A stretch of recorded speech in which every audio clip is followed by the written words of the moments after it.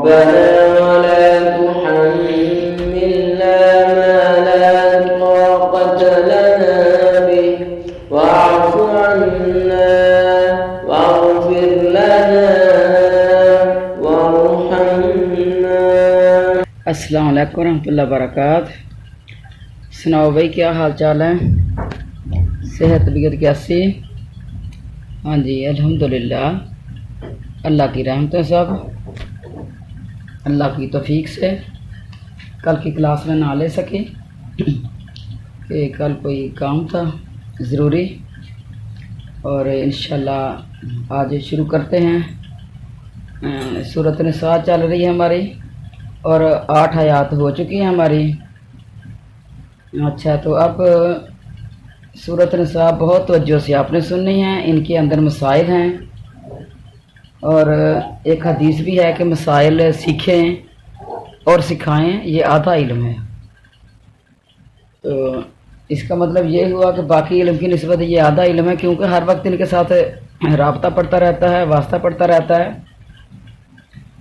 اور بعض اوقات نا کچھ بچیاں کہتی ہیں کہ ہم نے کون سی پراپرٹیاں تقسیم کرنی ہیں، اور جو ہم ان کو دلچسپی سے لیں تو وہ کام ہم نے تو نہیں کرنے ہیں، کام ہم نے نہیں کرنے ہیں، لیکن پھر بھی ہمارے پاس ایک نالج ہونا چاہیے کہ ان کاموں کا ایسے حل ہے، اور اللہ نہ کرے کرنے بھی پڑ جاتے ہیں بعض اوقات۔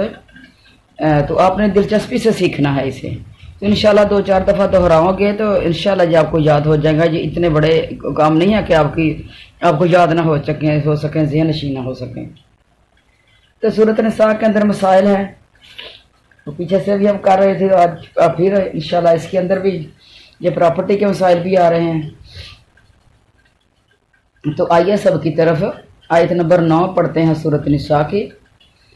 وَلْيَخْشَ الَّذِينَ، اور ڈریں وہ لوگ کہ لَوْ تَرَكُوا، اگر چھوڑتے من خلفہم اپنے پیچھے ذریاتن اولاد، ذریت اولاد ہوتی ہے، ضعافن کمزور، خافو تو خوف سے لفظ ہے، خوف کرتے تو ڈرتے، علیہم ان کے متعلق، فَلْيَتَّقُوا اللَّهَ سو ڈریں وہ اللہ سے، وَلْيَقُولُوا اور کہیں قولاً بات، سدیدہ سیدھی سیدھی۔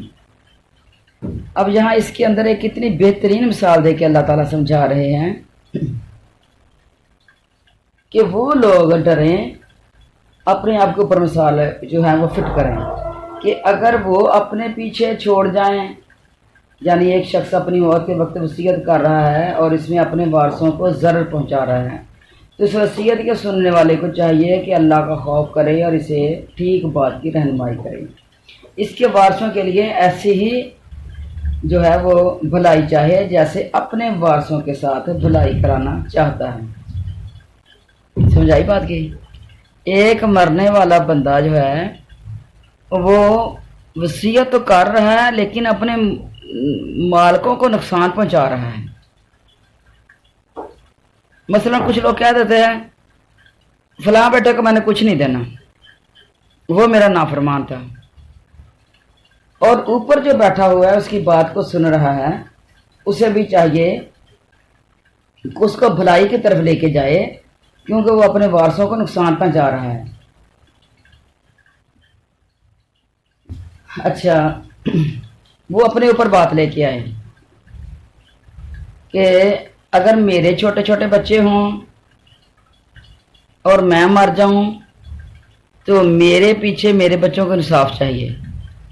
تو اب جن کو انصاف کے لیے کہا گیا ہے، ایک مرنے والا بندہ ہے تو وہ مر گیا اور اس کے پیچھے جو اولاد چھوڑ کے چلا گیا ہے، اس کے بارے میں جب انصاف کرنے کا کہا گیا ہے تو وہ انصاف کرے اور اپنے آپ کو اس جگہ پہ رکھے، اگر میں مر جاؤں، میرے چھوٹے چھوٹے بچے ہوں تو میں کیا چاہتا ہوں اپنے بچوں کے ساتھ، وہ چیز ذہن میں رکھنی ہے کہ میں کیا چاہوں گا اپنے بچوں کے ساتھ، تو جو میں چاہوں گا وہی فیصلہ میں دوسرے کے لیے دے دوں۔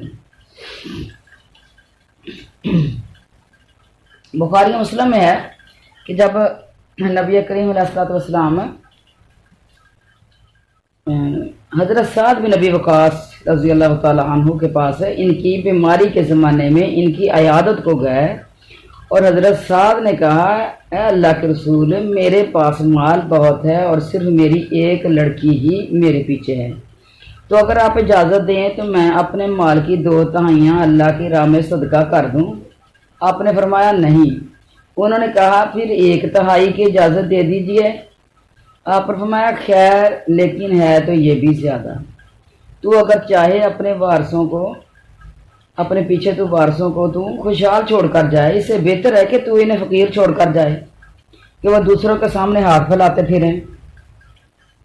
سمجھائی بات کی حدیث کی کہ اپنے جو اولاد ہیں اس کا فقیر ہی نہ چھوڑ جائیں، اس کو کہ سارا کچھ جو ہے وہ وصیت کر جائیں۔ وصیت کے پیچھے کیا ہے؟ اللہ کے راستے میں دینے کی چاہے وصیت کریں کہ میرے اس مال سے مدرسہ بنا دیا جائے یا پھر اسے مسجد بنا دی جائے، اور وارثوں کے لیے بھی چھوڑنا، ساری کی ساری وصیت نہیں کرنی۔ تو پھر جہاں تک اجازت دی گئی، تیسرے حصے کی اجازت ہے۔ اچھا، حضرت ابن عباس فرماتے ہیں کہ لوگ 1/3 سے بھی کم یعنی 1/4 ہی کی وصیت کریں تو اچھا ہے۔ یعنی نبی پاک علیہ الصلوۃ والسلام کی حدیث میں ہے کہ آپ نے پسند تو فرمایا، لیکن فرمایا کہ پھر بھی اگر کچھ کم کر دیا جائے تو ٹھیک ہے۔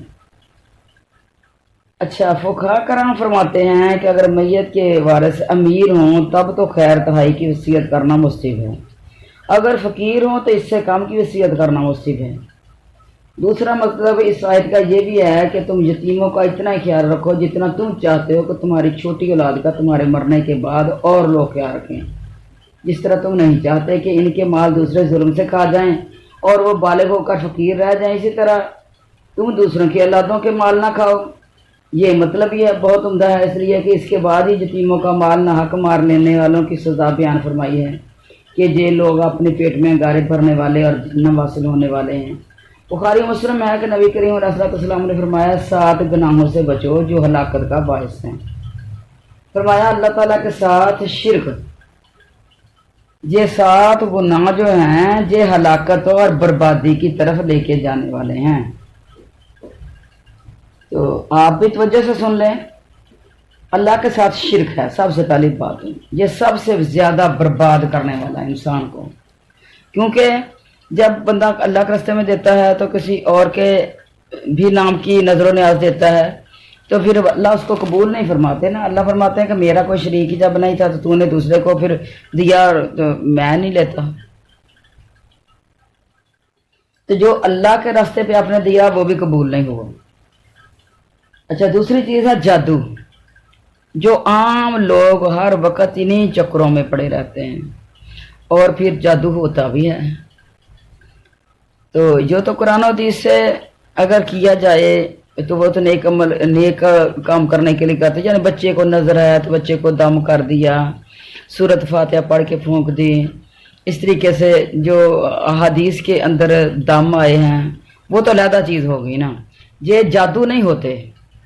جادو کیا ہے؟ جادو وہ چیز ہے جس کا قرآن و حدیث سے کوئی تعلق نہیں ہے۔ اچھا، تو جادو جو ہے یہ بھی کرنے والا اور کروانے والا یہ دونوں ہی ہلاک ہو گئے، برباد ہو گئے۔ اور تیسری چیز ہے بلا وجہ قتل، تو بلا وجہ بھی قتل اور وجہ سے بھی قتل۔ تو وجہ سے بھی قتل جو ہے وہ حکومت وقت کرے گی، خود اپنے ہاتھوں سے قانون کو ہاتھ میں نہیں لینا۔ اگر کسی نے ظلم کیا ہے تو اس کو حکومت وقت جو ہے وہ سزا نہیں دے رہی تو آپ نے خود اس کو قتل نہیں کرنا، کیونکہ اگر تو حکومت اس کو سزا دے رہی ہے پھر تو معاملہ گیا نبڑا ہے۔ اگر تو خود کوئی اپنے ہاتھوں سے کرے گا تو دوبارہ پھر وہ خود کرے، اس طریقے سے ظلم بڑھے گا۔ سود خوری، جس کو آج کل منافع کا نام دیا گیا ہے، اور پتہ نہیں کیا کچھ جو ہے وہ کر کے لوگ جو ہے لوگوں سے مال بٹور لیتے ہیں۔ آپ کی شراکت رکھی گئی، آپ کا حصہ رکھا گیا، آپ نے مال کی قربانی دی اور یہ ہو گیا اور وہ ہو گیا، اور آپ کا جو ہے وہ ساتھ شیئر ہے تو فلاں ہے، یہ کر کے سارے سود کو حلال کر رہے ہیں۔ اچھا، اگلی چیز ہے یتیم کا مال کھا جانا، یہ کبیرہ گناہوں میں سے گناہ ہے۔ जहाज से पीठ फेर कर दौड़ना, जहाज से पीठ फेरना यानी जहाज को छोड़ के निकल आना, भागना। अच्छा, अगली चीज़ है भोली भाली औरतों पर तोहमत लगाना, यानी वो औरतें जिन्होंने वो काम नहीं किया तो उनके ऊपर तोहमत जो है वो बना देने की इन्होंने ये काम किया है। तो ये 7 हलाकत खेज गुनाह हैं। इब्ने अबी हातिम में एक हदीस है कि साहबा ने हुजूर अलैहिस्सलातु वस्सलाम से मेराज की रात का वाक़या पूछा, जिसमें आपने फरमाया कि मैंने बहुत से लोगों को देखा, इनके होंठ नीचे लटक रहे हैं और फरिश्ते इन्हें घसीट कर इनके मुंह खूब खोल देते हैं, फिर जहन्नम के गर्म पत्थर इनमें ठोंस देते हैं, जो इनके पेट में उतरकर पीछे के रास्ते से निकल जाते हैं और वो बुरी तरह चीख चला रहे हैं, हाय वाय मचा रहे हैं। मैंने हज़रत जिब्राइल अलैहिस्सलाम से पूछा कि ये कौन लोग हैं, तो कहा ये यतीमों का माल खा जाने वाले हैं जो अपने पेटों में आग भर रहे हैं और अनकरीब जो जहन्नम में जाएंगे। मुसल्ला अल्लाह ताला से दुआ मांगे कि अल्लाह ताला किसी को यतीम ही ना कर दे, और हर कोई पनाह मांगे कि अल्लाह मुझे इस तरह के क्या इसको कहेंगे आजमाइश से बचा के रख दे। लेकिन अगर किसी के ऊपर आ गई है तो अल्लाह से डरते उसको निभाना है। ये नहीं कि यतीमों को छोड़कर दौड़ी जाएं, नहीं, उनको भेड़िए ना खा जाएं, उनको लोग ना खा जाएं। बच्चियां हैं तो उनकी इज्जतों का ख्याल रखना है, कोई भेड़िया ना आ जाए। बच्चे हैं तो उनके माल का भी ख्याल रखना, उनकी इज्जतों में ख्याल रखना, उनको माशरे में ऐसे नहीं छोड़ देना। वो तेरे हैं तो तूने संभालने हैं, और ये तेरे ऊपर अब फर्ज हो गया है जिसको संभालने पड़ गया उसकी बात हो रही है। और एक रवायत में है कि यतीम का माल खाने वाला, ये ना सहाबी का कौल है, यतीम का माल खा जाने वाला क़यामत के रोज़ अपनी कब्र से इस तरह उठाया जाएगा कि इसके मुंह, आँखों, नथनों और रुएं रुएं से आग के शोले निकल रहे होंगे। हर शख्स देखते ही पहचान लेगा कि इसने किसी यतीम का माल नाहक खाया है। इसके अलावा एक औरत इसमें भी है कि मैं तुम्हें वसीयत करता हूँ इन दोनों ज़ईफ़ों का माल पहुँचा दो, इन दोनों कमज़ोरों का माल पहुँचा दो। या फिर हमारे नबी ने फरमाया कि मैं 2 कमज़ोरों के हक़ में हूँ। फरमाया ये दोनों अपना हक़ नहीं ले सकते, औरतें और यतीम, इनके माल से बचो। सूरह बकरा में ये रवायत भी गुजर चुकी है कि जब ये आयत उतरी तो जिनके पास यतीम थे तो उन्होंने अनाज पानी भी लाग कर दिया। अब अमूमन ऐसा होता है कि खाने पीने और इनकी चीज़ जो है कोई बची रहती तो दूसरे इस वक्त या तो वो दूसरे इसी चीज़ को बासी खाते और या फिर वो ख़राब हो जाते तो फेंक देते, तो घर वालों में से कोई इसे हाथ भी नहीं लगाता था। तो ये दोनों तरफ नागवारी गुजरी। हुज़ूर अलैहिस्सलातु वस्सलाम के सामने इसका जिक्र आया तो आपने इस पर यह आयत पर यसलूना का निलयतामा सूरह बकरा के अंदर गुजर चुकी है, जिसका मतलब यह है कि जिस काम में यतीमों की बेहतरी समझो वो कर लिया करो, चनाचे इसके बाद फिर खाना पानी जो है वो एक साथ है कर दिया गया, यानी चीज़ ख़राब ना हो जाए तो मिल मिला के खा लिया करें, कभी खा भी ली कभी खिला भी दी। अच्छा, और क्या है इसके अंदर है कौलन सदीदा, बात आपने सीधी सीधी करनी है, इनके बारे में डरते रहना है। और इन अल्लाज़ीना याकुलूना, बेशक वो लोग जो खाते हैं अमवाल अल यतामा, यतीमों के अमवाल, जुल्मन जुल्म से, इन्नमा इसके सिवा कुछ नहीं, याकुलूना वो खाते हैं, फी बतूनिहिम अपने पेटों में आग, नारन आग, वसा यसलौना सईरा वो अनकरीब दाखिल होंगे भड़कती हुई आग में। इसकी एक्सप्लेन हम कर दिया है, उसी पिछली आयत के अंदर आगे इसके एक्सप्लेन है। और यहाँ एक बात जो है यतीमों का माल जुल्म से खाना, यानी अगर वो बचा हुआ है या मिल के खा रहे हैं, कभी दे भी दिया कभी ले भी लिया, तो वो चीज़ नहीं है खाने की। यहाँ बात हो रही है जुल्म से खाने की, धोखे से खाने की, उसको पहले खा लें, ऐसा ना हो कि वो जवानी तक पहुँच जाए और तो फिर वो अपना माल हमसे मांग लें, तो ऐसी सूरत में नहीं, मिलजुल के चलते रहें तो इसके अंदर कोई हर्ज नहीं है। आगे चलते हैं। यूसीकुमुल्लाहु, अल्लाह तुम्हें वसीयत करता है। यूसीकु वसीयत करना, और वसीयत का तर्जमा किसी जगह पे होता है तकीदी हुक्म भी, تو तकीदी हुक्म वसीयत का माने ये होता तकीदी हुक्म के अगर किसी ने कोई वसीयत की तो उसका मतलब यही होता ताकीद से उन्होंने ये कहा है कि ये काम आपने ज़रूर करना है। अल्लाह तुम्हें वसीयत करता है और फी औलादिकुम तुम्हारी औलाद के बारे में, लिज़्ज़करी मुज़क्कर मर्द के लिए, मिसलु मिसल है, हज़ल उनसायैन दो औरतों के हिस्से के है, मर्द के लिए दो औरतों के हिस्से के बराबर है, यानी औरत को मिल गया आधा और मर्द को मिल गया पूरा। फ़इन फिर अगर कुन्ना हों निसाअन औरतें ही फ़ौक़ सनातैन दो या दो से ज़्यादा, जब दो से ज़्यादा हों फलाहुन्ना तो इनके लिए है दो या दो से ज़्यादा, तो इनके लिए सुलसन दो तिहाई, मातरा का इसका जो इसने छोड़ा, व इनकानत और अगर हो वो वाहिदातन एक औरत फलाह निस्फु तो इसके लिए निस्फ, वली अबवैही और इसके माँ बाप के लिए है, लिकुल्ली वाहिदी मिनहुमा हर एक के लिए इन दोनों में से छठा हिस्सा है, मिम्मा इसमें से जो तरा का इसने छोड़ा, तरका कहते ही उसको है जो मरने वाला छोड़कर मर जाए, और जो जिंदा होता है वो अपनी प्रॉपर्टी का वारिस होता है, तो जिंदे की विरासत जो नहीं होती, विरासत मरे की होती है, जिंदा खुद मालिक है। और तकसीम भी जिंदे की नहीं करनी, मरे हुए की करनी है। और अगर जिंदे ने अपनी ज़िंदगी में प्रॉपर्टी तकसीम करनी है तो कुछ उलमा कराम कहते हैं कि वो बेटियों और बेटों को बराबर दे दे, लेकिन वो जिस तरह हमारे माशरे के अंदर एक माल की पटा करवाते हैं तो वो माल की पटा नहीं करना, वो सिर्फ उनको वैसे ही देनी है। जिस तरह कुछ माँ बाप होते हैं कि औलादों के काम ख़त्म हो गए और अब जो प्रॉपर्टी है वो इनको दे दी जाए, तो फिर वो इंतकाल नहीं करवाना, वैसे ही उनको बांट दी जाए। तो माँ बाप के लिए ये चीज़ जायज़ नहीं है कि वो बेटियों को थोड़ी दे और बेटों को ज़्यादा दे।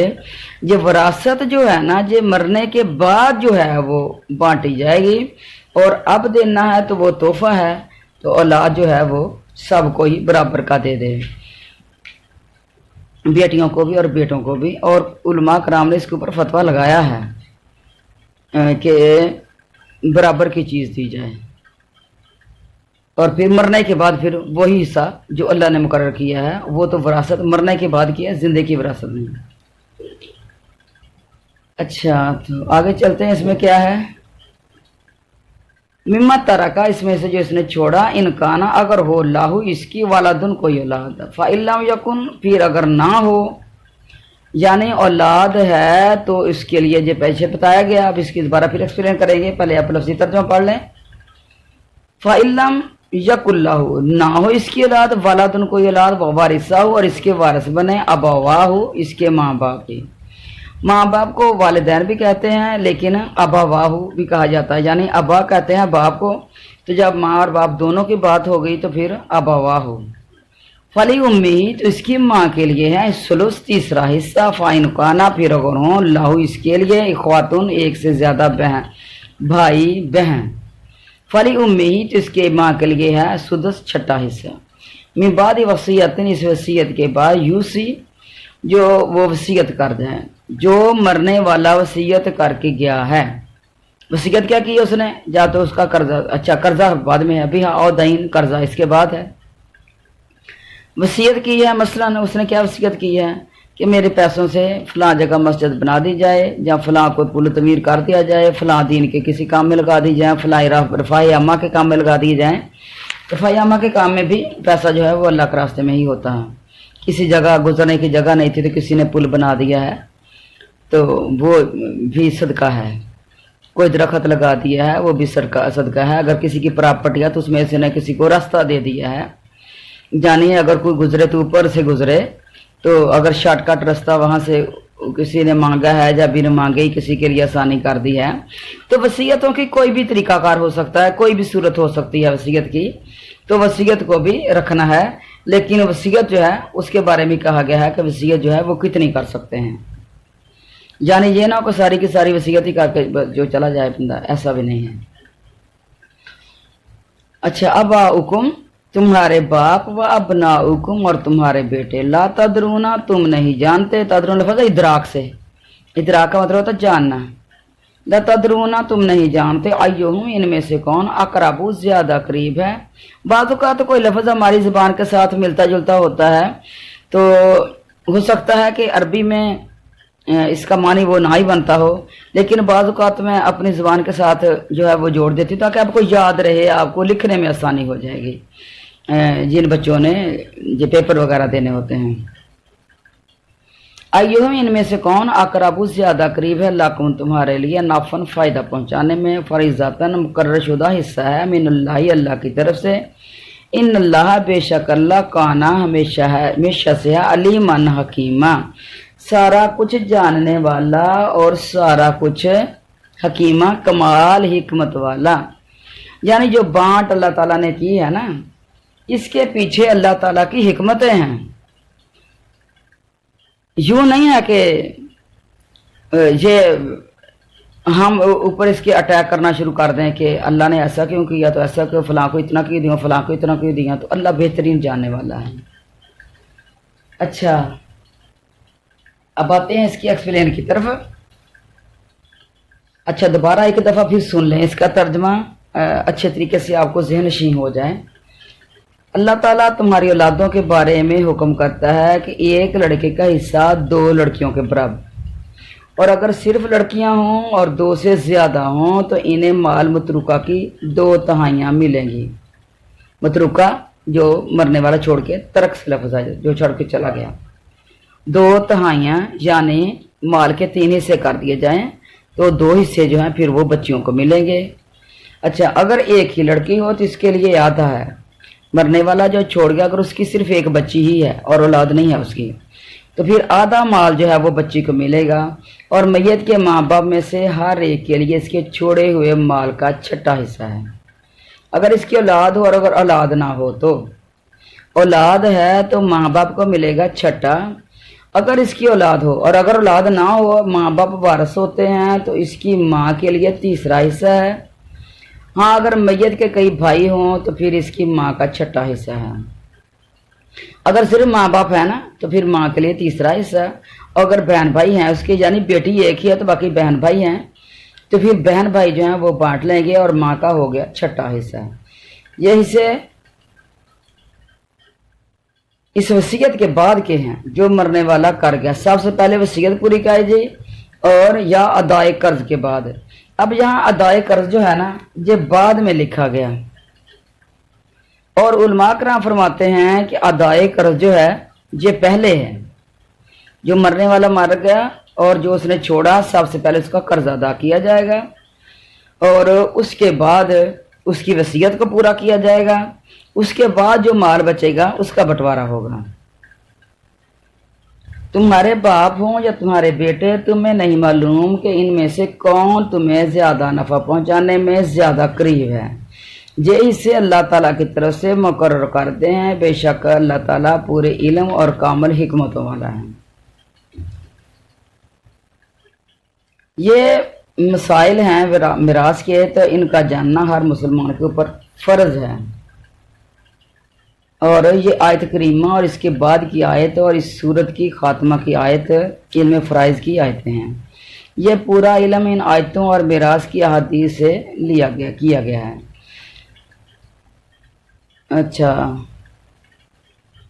जो हदीसें इन आयतों की गोया तफसीर और तज़ीह हैं, जहाँ भी सैद की तफसीर लिखते हैं। बाकी जो मिरास के मसाइल की तफसीर है आप लिख लिया करें ना साथ साथ लफ्ज़ों को, और इस तरह के मसाइल जो हैं ये आप लिख लें तो ज़्यादा अच्छी चीज़ हैं।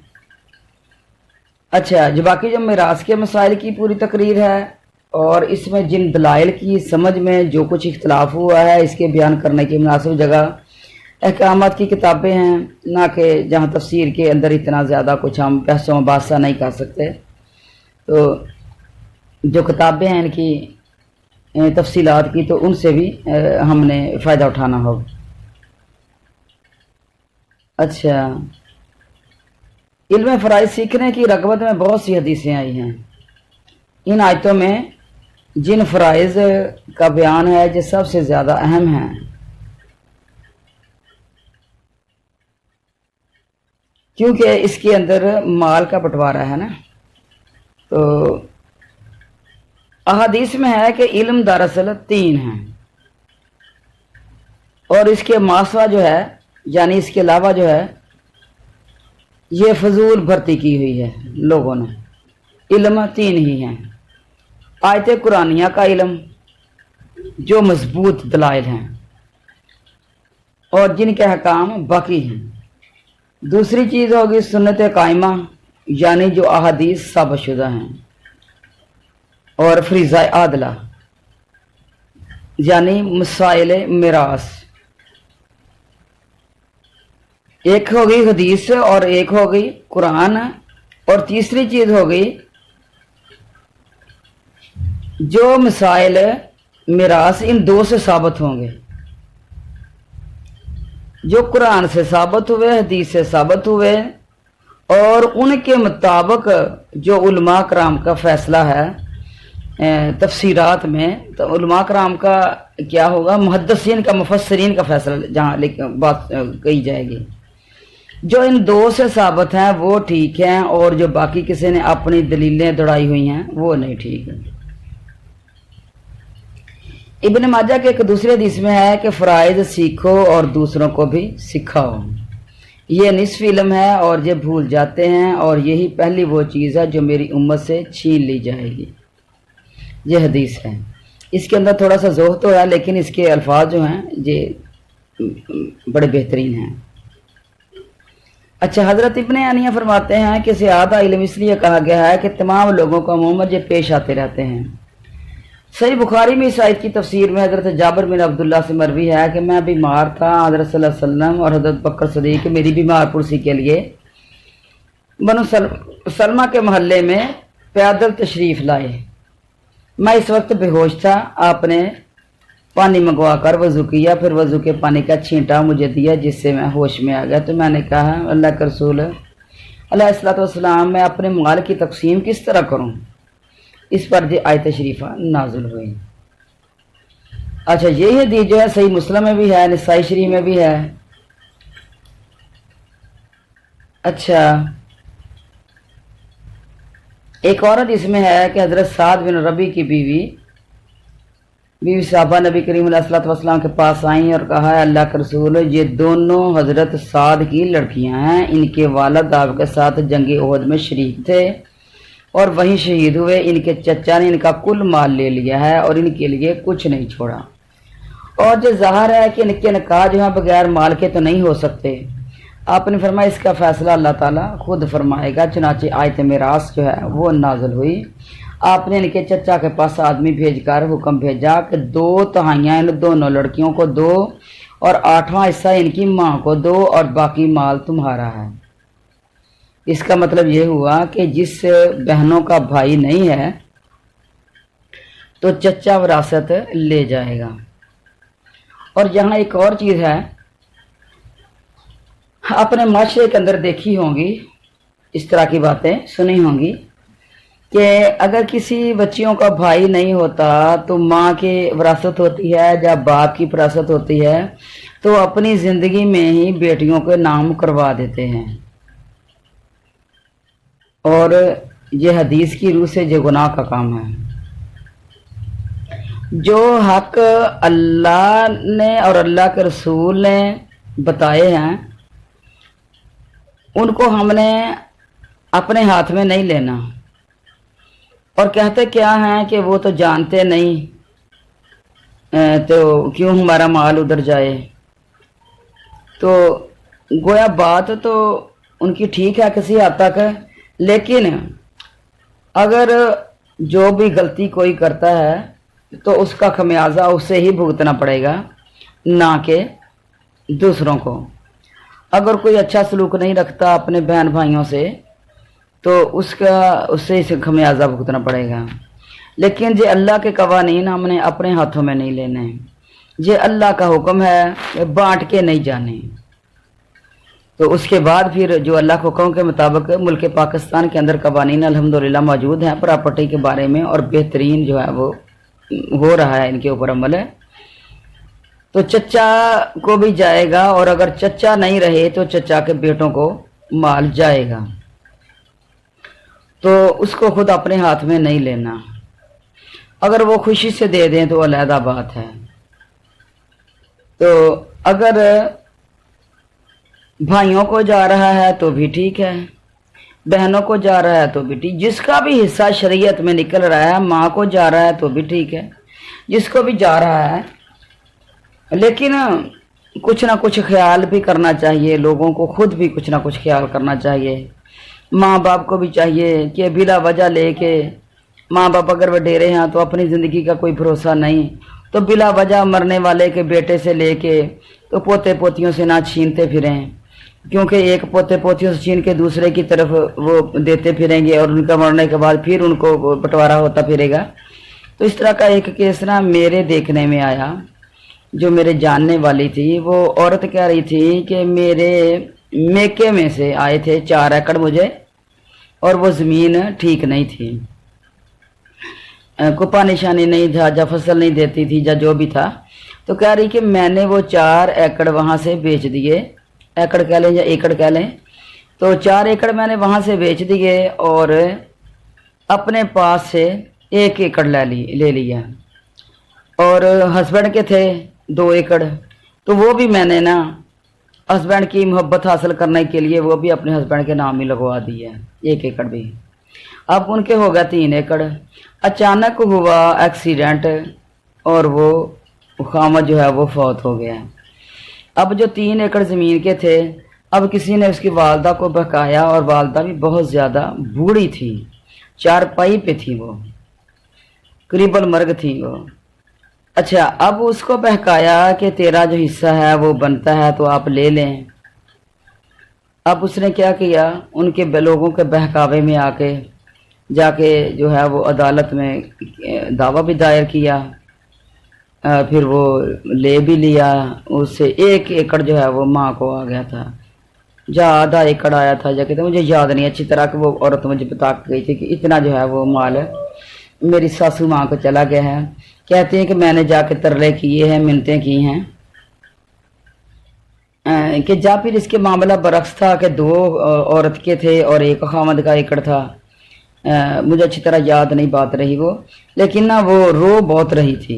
یہ کہہ رہی تھی کہ مال میرا تھا اور میں نے اپنے ہسبینڈ کے نام کروایا تھا، اور جو صرف نام کروانے کی وجہ سے اب یہ حصہ لے گئی ہے، میری ساسو ماں حصہ لے گئی ہے ان سے. اور دوسرے بھائیوں کا تو نہ بنا تھا لیکن والدہ کا بن گیا.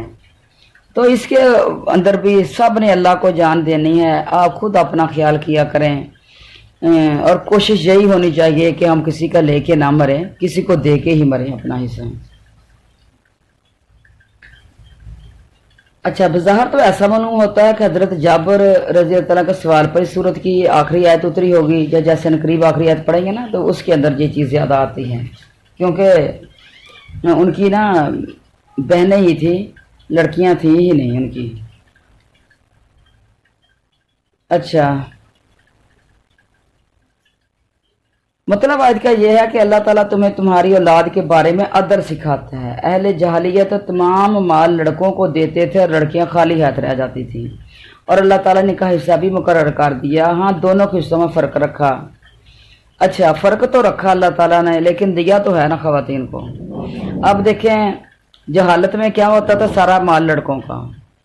اسلام نے اس قانون کو توڑ دیا.